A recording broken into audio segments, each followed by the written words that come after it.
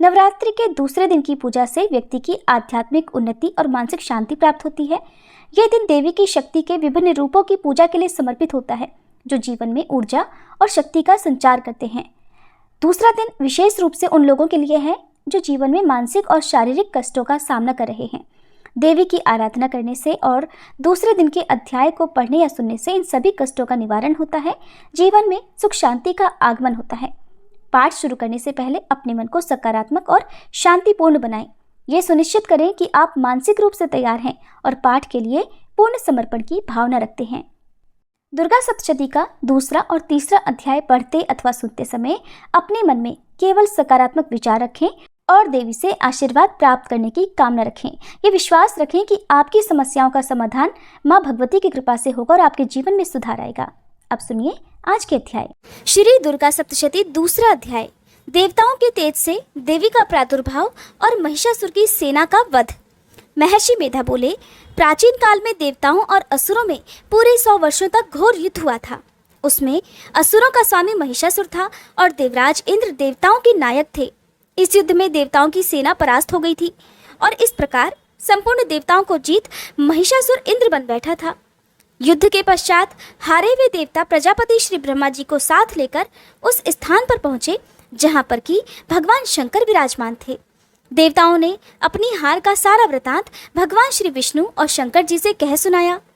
वे कहने लगे, हे प्रभु, महिषासुर सूर्य, इंद्र, अग्नि, वायु, चंद्रमा, यम, वरुण तथा अन्य देवताओं के सब अधिकार छीनकर सबका अधिष्ठाता स्वयं बन बैठा है।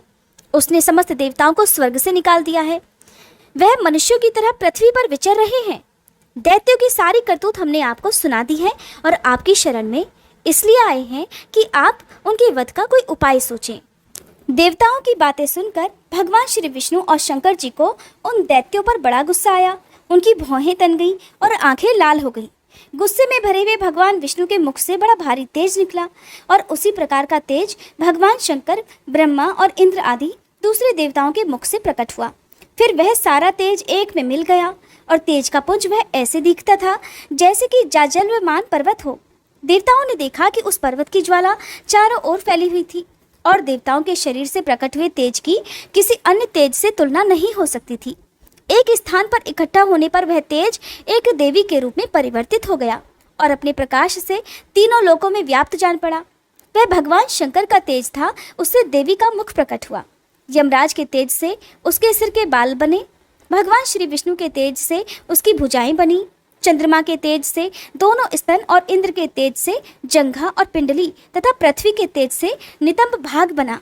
ब्रह्मा जी के तेज से दोनों चरण और सूर्य के तेज से उनकी अंगुलियां पैदा हुई और वसुओं के तेज से हाथों की अंगुलियां और कुबेर के तेज से नासिका बनी। प्रजापति के तेज से उसके दांत और अग्नि के तेज से उसके नेत्र बने। संध्या के तेज से उसकी भौहें और वायु के तेज से उसके कान प्रकट हुए थे। इस प्रकार उस देवी का प्रादुर्भाव हुआ था। महिषासुर से पराजित देवता उस देवी को देखकर अत्यंत प्रसन्न हुए। भगवान शंकर ने अपने त्रिशूल में से एक त्रिशूल निकालकर उस देवी को दिया और भगवान विष्णु ने अपने चक्र में से एक चक्र निकालकर उस देवी को दिया। वरुण ने देवी को शंख भेंट किया, अग्नि ने उसे शक्ति दी, वायु ने उसे धनुष और बाण दिए, सहस्त्रों नेत्रों वाले श्री देवराज इंद्र ने उसे अपने वज्र से उत्पन्न करके एक वज्र दिया और ऐरावत हाथी का एक घंटा उतारकर देवी को भेंट किया। यमराज ने उसे काल दंड में से एक दंड दिया, वरुण ने उसे पाश दिया, प्रजापति ने स्फटिक की माला दी और ब्रह्मा जी ने उसे कमंडल दिया। सूर्य ने देवी के समस्त रोमों में अपनी किरणों का तेज भर दिया। काल ने उसे चमकती हुई ढाल और तलवार दी तथा उज्जवल हार और दिव्य वस्त्र उसे भेंट किए और इनके साथ ही उसने दिव्य चूड़ामणि दी। 2 कुंडल, कंकण, उज्जवल अर्धचंद्र, बाहों के लिए बाजूबंद, चरणों के लिए नुपुर, गले के लिए सुंदर हंसली और अंगुलियों के लिए रत्नों की बनी हुई अंगूठियां उसे दी। विश्वकर्मा ने उनको फरसा दिया और उसके साथ ही कई प्रकार के अस्त्र और अभेद्य कवच दिए और इसके अलावा उसने कभी न कुमलाने वाले सुंदर कमलों की मालाएं भेंट की। समुद्र ने सुंदर कमल का फूल भेंट किया। हिमालय ने सवारी के लिए सिंह और तरह तरह के रत्न देवी को भेंट किए। यक्षराज कुबेर ने मधु से भरा हुआ पात्र और शेषनाग ने उन्हें बहुमूल्य मणियों से विभूषित नाग हार भेंट किया।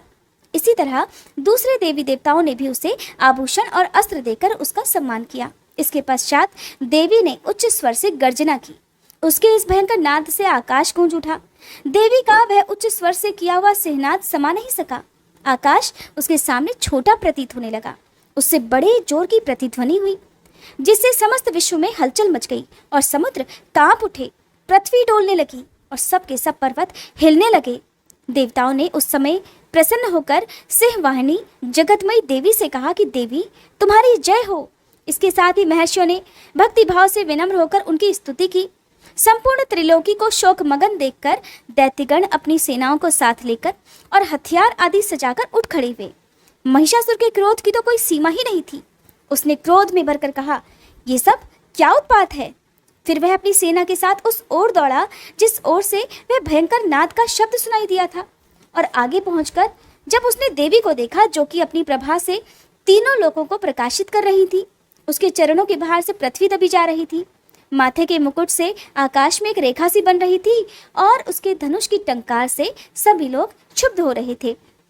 देवी अपनी सहस्त्रों भुजाओं को संपूर्ण दिशाओं में फैलाई खड़ी थी। इसके पश्चात उनका दैत्यों के साथ युद्ध छिड़ गया और कई प्रकार के अस्त्र शस्त्रों से सब की सब दिशाएं उद्भाषित होने लगी। महिषासुर की सेना का सेनापति चिक्षुर नामक एक महान असुर था। वह आगे बढ़कर देवी के साथ युद्ध करने लगा और दूसरे दैत्यों की चतुरंगिणी सेना साथ लेकर चामर भी लड़ने लगा। 60,000 महारथियों को साथ लेकर उदग्र नामक महादैत्य आकर युद्ध करने लगा और महाहनु नामक असुर 1 करोड़ रथियों को साथ लेकर, असिलोमा नामक असुर 5 करोड़ सैनिकों को साथ लेकर युद्ध करने लगा। वाशकल नामक असुर 60 लाख असुरों के साथ युद्ध में आ डटा। विडाल नामक असुर 1 करोड़ रथियों सहित लड़ने को तैयार था। इन सब के अलावा और भी हजारों असुर हाथी और घोड़ा साथ लेकर लड़ने लगे और इन सब के पश्चात महिषासुर करोड़ों रथों, हाथियों और घोड़ों सहित वहां आकर देवी के साथ लड़ने लगा। सभी असुर तोमर, भिंदीपाल, शक्ति, मूसल, खड्गों, फरसों, पट्टियों के साथ रणभूमि में देवी के साथ युद्ध करने लगे। कई शक्तियां फेंकने लगे तो कोई अन्य शस्त्रादि। इसके पश्चात सबके सब दैत्य अपनी अपनी तलवारें हाथों में लेकर देवी की ओर दौड़े और उसे मार डालने का उद्योग करने लगे। मगर देवी ने क्रोध में भरकर खेल ही खेल में उन सब के अस्त्र शस्त्रों को काट डाला। इसके पश्चात ऋषियों और देवताओं ने स्तुति प्रारंभ कर दी और वह देवी स्तुति से प्रसन्न होकर असुरों के शरीर पर अस्त्र शस्त्रों की वर्षा करती रही। देवी का वाहन भी क्रोध में भरकर दैत्य सेना में इस प्रकार विचरने लगा जैसे कि वन में दावानल फैल रहा हो। युद्ध करती हुई देवी ने क्रोध में भरकर जितने श्वासों को छोड़ा वह तुरंत ही सैकड़ों हजारों गणों के रूप में परिवर्तित हो गए।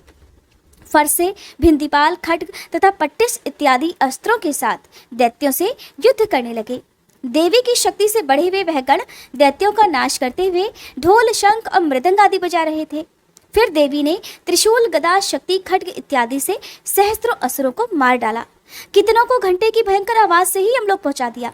कितने ही असुरों को उसने पास में बांधकर पृथ्वी पर धर घसीटा। कितनों को अपनी तलवार से टुकड़े टुकड़े कर दिया और कितनों को गदा की चोट से धरती पर सुला दिया। कई दैत्य मूसल की मार से घायल होकर रक्त वमन करने लगे और कई शूल से छाती फट जाने के कारण पृथ्वी पर लौट गई और कितनों की तो बाण वर्षा से कमर ही टूट गई। देवताओं को पीड़ा देने वाले दैत्य कट कट कर मरने लगे। कितनों की बाहें अलग हो गई, कितनों की ग्रीवाएं कट गई, कितनों के सर कटकर दूर भूमि पर लुढ़क गए, कितनों के शरीर बीच में से कट गए और कितनों की जंघाएं कट गई और वे पृथ्वी पर गिर पड़े। कितने ही सिरों व पैरों के कटने पर भी भूमि से उठ खड़े हुए और शस्त्र हाथ में लेकर देवी से लड़ने लगे। और कई दैत्यगण भूमि में बाजों की ध्वनि के साथ नाच रहे थे। कई असुर जिनके सर कट चुके थे बिना सिर के ही धड़ से हाथ में शस्त्र लिए हुए लड़ रहे थे और दैत्य रह रहकर ठहरो ठहरो कहते हुए देवी को युद्ध के लिए ललकार रहे थे। जहां पर ये घोर संग्राम हुआ था वहां की भूमि रथ, हाथी, घोड़े और असुरों की लाशों से भर गई थी और असुर सेना के बीच में रक्तपात होने के कारण वहां रुधिर की नदियां बह रही थीं। इस तरह देवी ने असुरों की विशाल सेना को क्षण भर में ही इस तरह से नष्ट कर डाला जैसे तृण काष्ठ के बड़े समूह को अग्नि नष्ट कर डालती है। और देवी का सिंह भी गर्दन के बालों को हिलाता हुआ और बड़ा शब्द करता हुआ असुरों के शरीर से मानो उनके प्राणों को ढूंढ रहा हो। वहां देवी के गणों ने जब दैत्यों के साथ युद्ध किया तो देवताओं ने प्रसन्न होकर आकाश से उन पर पुष्प वर्षा की। श्री दुर्गा सप्तशती 3रा अध्याय सेनापतियों सहित महिषासुर का वध। महर्षि मेधा ने कहा, महिषासुर की सेना नष्ट होती देखकर उस सेना का सेनापति चिक्षुर क्रोध में भरकर देवी के साथ युद्ध करने के लिए आगे बढ़ा। वह देवी पर इस प्रकार बाणों की वर्षा करने लगा मानो सुमेरु पर्वत पानी की धार बरसा रहा हो। इस प्रकार देवी ने अपने बाणों से उसके बाणों को काट डाला तथा उसके घोड़ों और सारथी को भी मार दिया। साथ ही उसके धनुष और उसकी अत्यंत ऊंची ध्वजा को भी काटकर नीचे गिरा दिया। उसका धनुष कट जाने के पश्चात उसके शरीर के अंगों को भी अपने बाणों से बींध दिया। धनुष, घोड़ों और सारथी के नष्ट हो जाने पर वह असुर ढाल और तलवार लेकर देवी की तरफ आया। उसने अपनी तीक्ष्ण धार वाली तलवार से देवी के सिंह के मस्तक पर प्रहार किया और बड़े वेग से देवी की बाईं भुजा पर वार कर दिया। किंतु देवी की बाईं भुजा को छूते ही उस दैत्य की तलवार टूटकर 2 टुकड़ों में बट गई। इससे दैत्य ने क्रोध में भरकर अब शूल हाथ में ले लिया और उसे भद्रकाली देवी की ओर फेंका। देवी की ओर आता हुआ वह शूल आकाश से गिरते हुए सूर्य के समान प्रज्वलित हो उठा। उस शूल को अपनी ओर आते हुए देखकर देवी ने भी शूल छोड़ा और महाअसुर के शूल के 100 टुकड़े कर डाले। साथ ही महाअसुर के प्राण भी हर लिए। चिक्षुर के मरने पर देवताओं को दुख देने वाला चामर नामक दैत्य हाथी पर सवार होकर देवी से लड़ने के लिए आया और उसने आने के साथ ही शक्ति से प्रहार कर दिया। किंतु देवी ने अपनी हुंकार मात्र से ही उसे तोड़कर पृथ्वी पर डाल दिया। शक्ति को टूटा हुआ देखकर दैत्य ने क्रोध से लाल होकर शूल चलाया, किंतु देवी ने उसे भी काट डाला। इतने में देवी का सिंह उछलकर हाथी के मस्तक पर सवार हो गया और दैत्य के साथ बहुत ही तीव्र युद्ध करने लगा। फिर वह दोनों लड़ते हुए हाथी पर से पृथ्वी पर आ गिरे और दोनों बड़े क्रोध से लड़ने लगे। फिर सिंह बड़े जोर से आकाश की ओर उछला और जब पृथ्वी की ओर आया तो अपने पंजे से चामर का सिर धड़ से अलग कर दिया। क्रोध में भरी हुई देवी ने शिला और वृक्ष आदि की चोटों से उदग्र को भी मार दिया। कराल को दांतों, मुक्कों और थप्पड़ों से चूर कर डाला। क्रुद्ध हुई देवी ने गदा के प्रहार से उद्धत दैत्य को मार गिराया। भिंदीपाल से वाशकल को, बाणों से ताम्र तथा अंधक को मौत के घाट उतार दिया। 3 नेत्रों वाली परमेश्वरी ने त्रिशूल से उग्रास्य, उग्रवीर्य और महाहनु नामक राक्षसों को मार गिराया। उसने अपनी तलवार से विडाल नामक दैत्य का सिर काट डाला तथा अपने बाणों से दुर्धर और दुर्मुख राक्षसों को यमलोक पहुंचा दिया। इस प्रकार जब महिषासुर ने देखा कि देवी ने मेरी सेना को नष्ट कर दिया है, तो वह भैंसे का रूप धारण कर देवी के गणों को दुख देने लगा। उन गणों में कितनों को उसने मुख के प्रहार से, कितनों को खुरों से, कितनों को पूंछ से, कितनों को सींगों से और बहुतों को दौड़ने के वेग से, अनेकों को सिहनाद से, कितनों को चक्कर देकर और कितनों को श्वास वायु के झोंकों से पृथ्वी पर गिरा दिया। वह दैत्य इस प्रकार गणों की सेना को गिरा देवी के सिंह को मारने के लिए दौड़ा। इस पर देवी को बड़ा क्रोध आया। उधर दैत्य भी क्रोध में भरकर धरती को खुरों से खोदने लगा तथा सींगों से पर्वतों को उखाड़ उखाड़ कर धरती पर फेंकने लगा और मुख से शब्द भी करने लगा। महिषासुर के वेग से चक्कर देने के कारण पृथ्वी क्षुब्ध होकर फटने लगी। उसकी पूंछ से टकराकर समुद्र चारों ओर फैलने लगा। हिलते हुए सींगों के आघात से मेघ खंड खंड हो गए और श्वास से आकाश में उड़ते हुए पर्वत भी फटने लगे। इस तरह क्रोध में भरे हुए राक्षस को देखकर देवी चंडिका को भी क्रोध आ गया और वह उसको मारने के लिए क्रोध में भर गई। देवी ने पाश फेंककर दैत्य को बांध लिया और उसने बंध जाने पर दैत्य का रूप त्याग दिया और सिंह का रूप बना लिया। और जैसे ही देवी उसका सिर काटने के लिए तैयार हुई कि उसने पुरुष का रूप बना लिया, जो कि हाथ में तलवार लिए हुए था। तब देवी ने तुरंत ही अपने बाणों के साथ उस पुरुष को उसकी तलवार और ढाल सहित बींध डाला। इसके पश्चात तो वह अब हाथी के रूप में दिखाई देने लगा और अपनी लंबी सूंड से देवी के सिंह को खींचने लगा और गरजने लगा। देवी ने अपनी तलवार से उसकी सूंड भी काट डाली। तब उस राक्षस ने एक बार फिर से भैंसे का रूप धारण कर लिया और पहले की तरह चर अचर जीवों सहित समस्त त्रिलोकी को व्याकुल करने लगा। इसके पश्चात क्रोध में भरी हुई देवी बारंबार उत्तम मधु का पान करने लगी और लाल लाल नेत्र करके हंसने लगी। उधर बलवीर्य तथा मद से क्रुद्ध हुआ दैत्य भी गरजने लगा।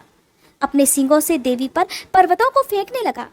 देवी अपने बाणों से उसके फेंके हुए पर्वतों को चूर्ण करती हुई बोली, ओ मूढ़, जब तक मैं मधुपान कर रही हूँ तब तक तू गरज ले और इसके पश्चात मेरे हाथों तेरी मृत्यु हो जाने पर देवता गरजेंगे। महर्षि मेधा ने कहा। ऐसा कहकर देवी उछलकर उस दैत्य पर जा चढ़ी और उसको अपने पैर से दबाकर शूल से उसके गले पर आघात कर दिया। देवी के पैर से दबने पर भी वह दैत्य अपने दूसरे रूप से अपने मुख से बाहर होने लगा। अभी वह दैत्य आधा ही बाहर निकला था कि देवी ने अपने प्रभाव से उसे उसी क्षण रोक दिया। तब वह आधा निकला हुआ दैत्य ही युद्ध करने लगा तो देवी ने अपनी तलवार से उसका सिर काट डाला। इसके पश्चात सारी राक्षस सेना हाहाकार करती हुई वहां से भाग खड़ी हुई और सब देवता अत्यंत प्रसन्न हुए तथा ऋषियों महर्षियों सहित देवी की स्तुति करने लगे। गंधर्वराज गान करने और अप्सराएं नृत्य करने लगी। जय माता दी।